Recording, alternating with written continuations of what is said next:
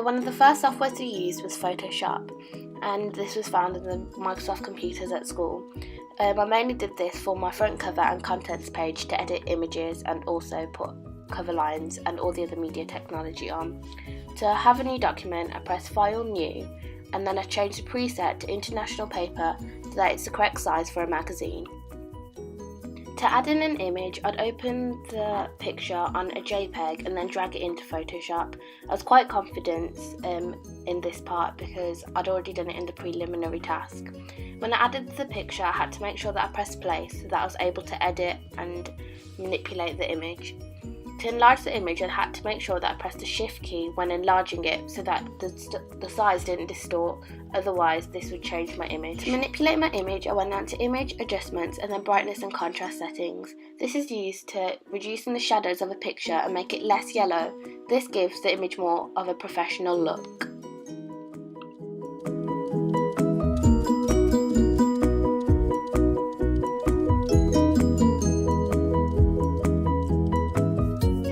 Once I'd finished with the brightness and contrast settings, I decided to add a mask in the bottom right hand corner of the page. I then clicked on the brush tool and changed the hardness and the size of the brush. I used this to manipulate my image as I removed the cream background and then put it onto a plain white background in the end. This is quite time consuming because sometimes I'd miss part of my model off, so then I'd have to start again. However, in the end, it gave my magazine a more professional look. This is something new I learned in Photoshop this time because I didn't add a mask previously in the preliminary task. InDesign is another software which I use for creating my magazine. This was mainly used to bring in my front cover contents page and also create my double page spread.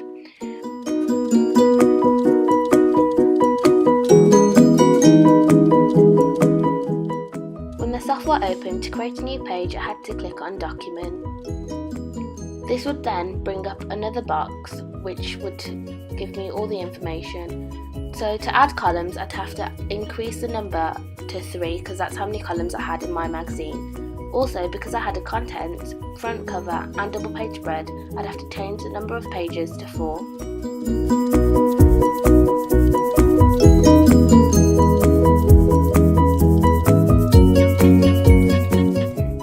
Text, I'd have to press the type tool on the left hand side of the page. I then typed in my byline.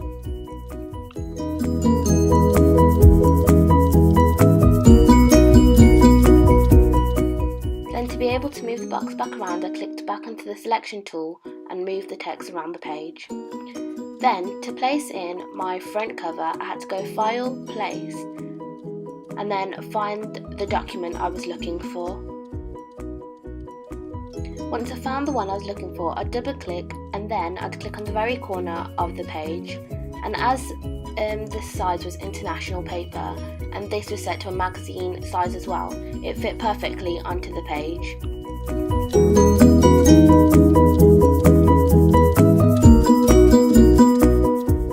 To add in my actual article text, I created another text box and then I clicked on Type and then Fill with Placeholder Text. This is because at the beginning I didn't really have an article, so we had to fill it with some spare text.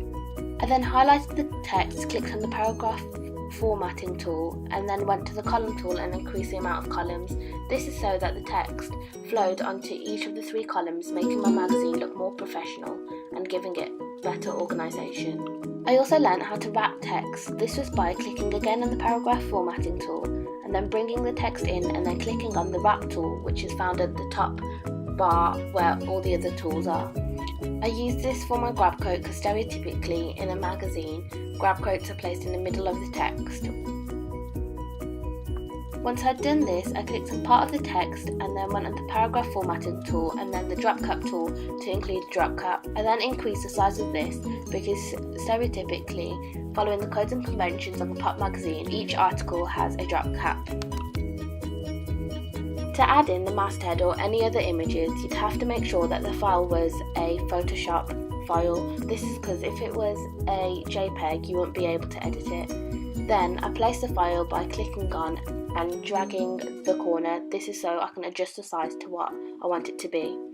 Then, to be able to add a swatch, you'd use the eyedropper tool to select the colour you wanted, and then in the bottom left a red square would come up and you drag it onto the swatches. On the right hand side a little plus button would come up, and then that shows that you've added that colour in your swatch, and you can use it again to change any of the text to make it the same colour. Another software that was used is Pages, which is a Mac software.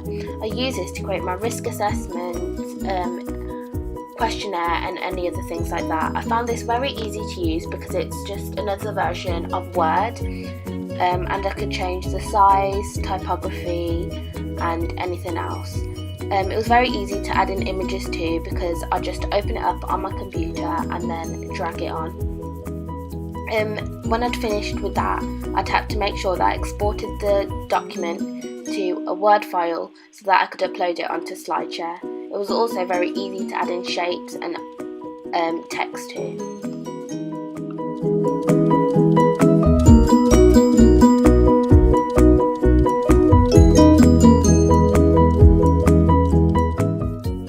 So Keynote was another Mac software which I used when constructing my magazine. So I opened up Keynote and then I chose a theme I wanted from the templates which were there. I found this quite easy to use because it was very simple to add in text because, again, like Pages, it's basically the same as Microsoft's PowerPoint.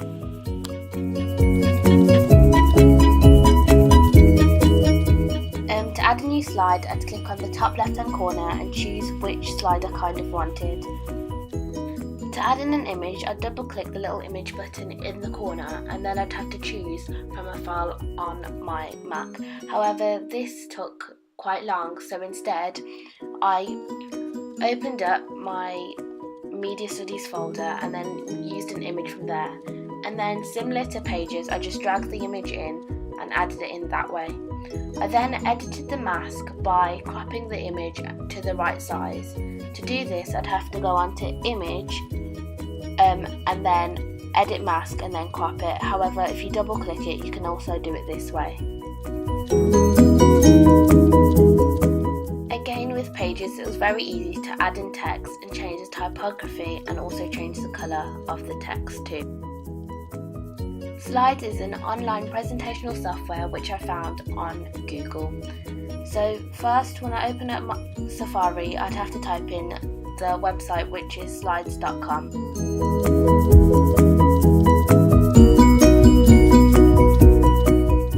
Once the page is loaded, I press login and entered in my login details.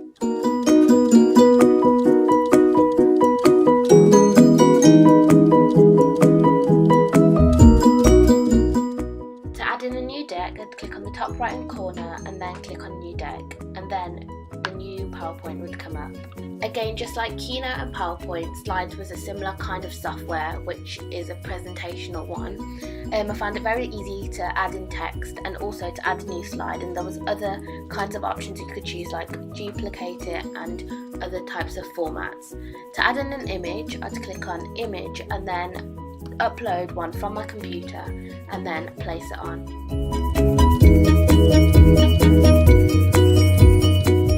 I also found it easy to change the colour and typography of the font again, so therefore I was very confident when using this software because I knew how to use it.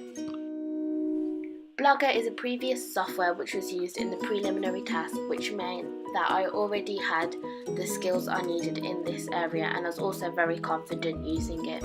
So once I'd logged in and clicked on my page, I clicked on my evaluation and then created a new title for question 5.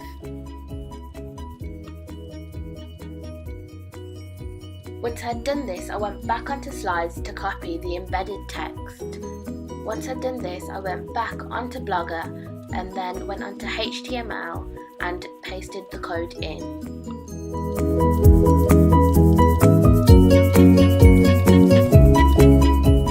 And then again, previously, like in the preliminary task, I changed the HTML code so that it fitted in with both question 3 and question 6, so that when it came up on Blogger, all look the same. This improved my organisation skills because all the sizes came up the same way and also fitted in nicely in the page. YouTube is another popular online software which is used by many people to upload videos. So I went onto Google and typed in youtube.com and entered in my login details. Once I'd done this, I clicked upload in the top right hand corner and then clicked on the button which says select files to upload. Then I went down onto my desktop and found the file which I wanted to upload, and then I clicked choose. Then this started to upload my video and I could change the title and add a description for the video. I think that YouTube is a good software to use, however I think the main advantage I found was that it's very time consuming and it would take around an hour to 2 hours to both upload and process the video. Therefore it took quite a lot of time. However, in the end, when I got the video, it looked very good and I could also make it HD so that it looks more professional. Once you've uploaded the video, you can click on the top left hand corner and then go on to my channel. And then I found the video that I wanted to use, and what I did was I could change the thumbnail of the video. This is good because if someone's trying to look for it on the internet, they can see what the video is about just by looking at the picture. To do this, I clicked on the video, clicked on edit. Video is another online presentational software which I used when coming to main task. I was quite nervous about using this software because it was something we hadn't used in the preliminary task. However, when I first started, it took me quite a long time. However, as I got more and more used to it, I found it quite easy. So when I went onto the website, I'd click on a template and then click on edit, and then the video would load. However, seeing as a software took quite a long time, it was quite time consuming. However, once it finally loaded, I was able to change any text or add in any text. To add in text, I'd click on the text tool which was on the left hand side of the page.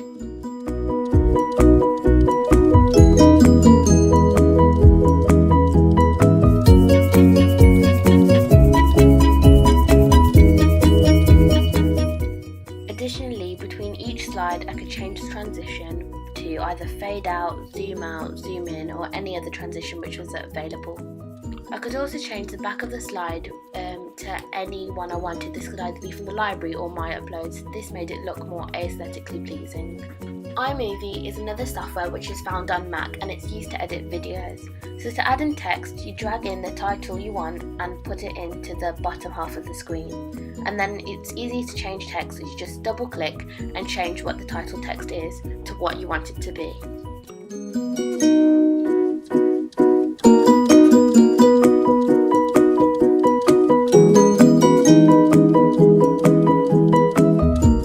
On this software, it's very easy to bring in any pictures because you just drag it in, just like both Keynote and Pages. Then to change the style of the image, you click on the little cropping tool and you can either change it to fit the screen, crop to fill, or Ken Burns.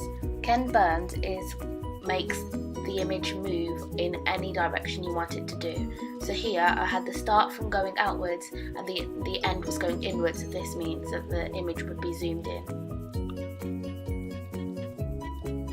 Then again, text was very easy to bring in as you just drag it in and add the text that you want to write about.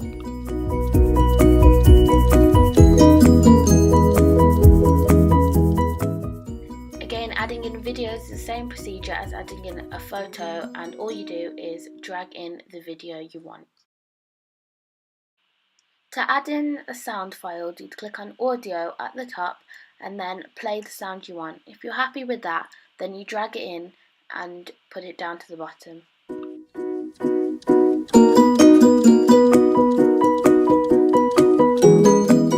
To add in any audio like I'm just doing now, I click on the little microphone which just comes underneath the preview of the screen. I then press the record button which gives a 3, 2, 1 introduction, and then I can speak about the video. When it finally comes to finishing the video, I click on the top right hand corner which allows me to share it. I then make sure that the settings are up to the very highest ones, so such as 720, in HD. Then the little timer in the corner tells me how long it will take. Again, just like any other software I've used, it's quite time consuming, as approximately it takes 2 to 3 hours to export.